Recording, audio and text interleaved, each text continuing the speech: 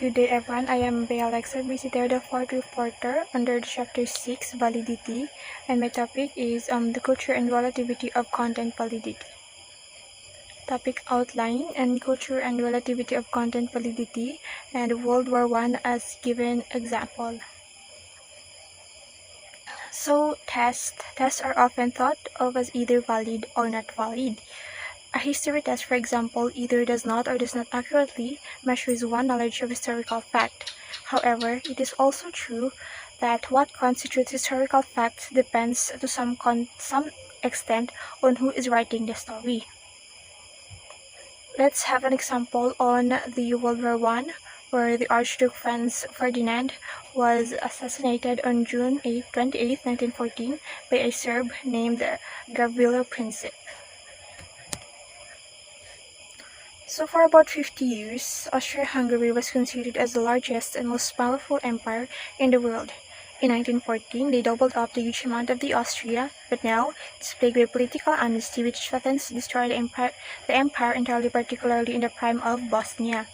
One man is desperate to preserve the union, and that is Franz Ferdinand, a 50-year-old archduke, the heir to the emperor's throne, and he's looking forward to governing the massive empire. On June 28, 1914, the Archduke and his wife Sophie journeyed to Bosnia on a routine state visit. The trip has been planned in a great detail for about 6 months and is going to be a huge celebration along with the help of the local governor. Everyone was glad and excited to take a glimpse of the Archduke and his wife when suddenly a bomb was thrown at the Archduke's car. The bomb bounces behind from the Archduke's car and the car behind got it. The would-be assassin as the motorcade races to the safety of the town hall, but the Archduke is furious about the lapses of the security because his friends were injured and his wife has been put into danger, leading him into deep anger. The Archduke agrees to continue with the tour, but the Archduke demands to the group to make a stop at the hospital to visit those who are injured because of the bombing. As the Duchess and Archduke set off against, the crowd began to follow, but shortly, they realized that they're traveling on the same street they've been attacked earlier.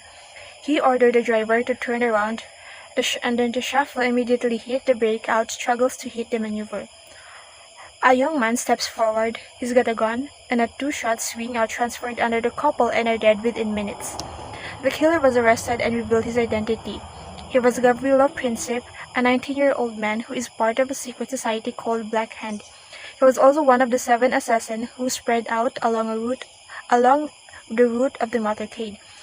The group wanted independence from the empire, so they procured weapons from the neighboring nations of Serbia. In the aftermath of the crime, it sends shockwaves throughout the empire.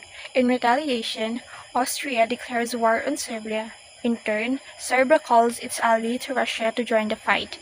Then Germany offers support to Austria, and in just 30 days, Europe is engaged into what becomes the First World War. This moment in which Europe exploded, millions and millions of men lost their lives, one little spark to create a huge conflict that changed the world forever. So that is the given example, what happened on the World War I. And now think about how would you answer the following multiple choice items on a history test. Gavrilo Princip was A poet, B a hero, C a terrorist, or D a nationalist, or even E all of the above. For various textbooks in the Bosnian region of the world, the choice E or all of the above is the correct answer. In the Serb-controlled region of the country, they regarded Princip as a hero and a poet. In contrast, Croatian students may read that Princip was an assassin trained to commit a terrorist attack. Muslims in the region were thought that Princip was a nationalist whose deeds sparked anti-Serbian rioting. So why cultural validity is important in an assessment? A good assessment practices dictate an explicit consideration of culture. Assessment often reflects the values, beliefs, and priorities of the dominant cultures, which can create potential bias for underrepresented students. Culture bias also occurs in testing materials when test items assesses knowledge or experiences that are specific to a certain rule. Politics is another factor, will play a part in perceptions and judgments concerning the validity of tests and test items. And in many countries throughout the world, a response that is keyed incorrect to a particular test item can lead to consequences far more dire than a deduction in points towards the total test score. Sometimes, even constructing a test with a reference to a taboo topic can can even dire consequences for the test developer. For example, a Palestinian professor who included items pertaining to government corruption on an examination was tortured by authorities as a result.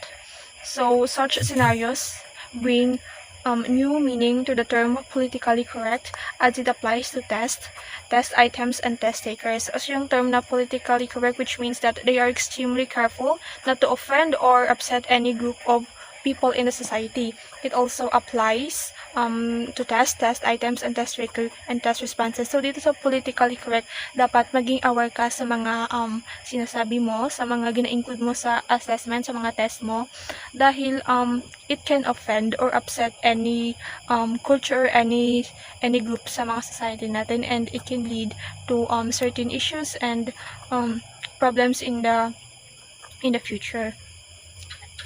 That's end my report, and thank you.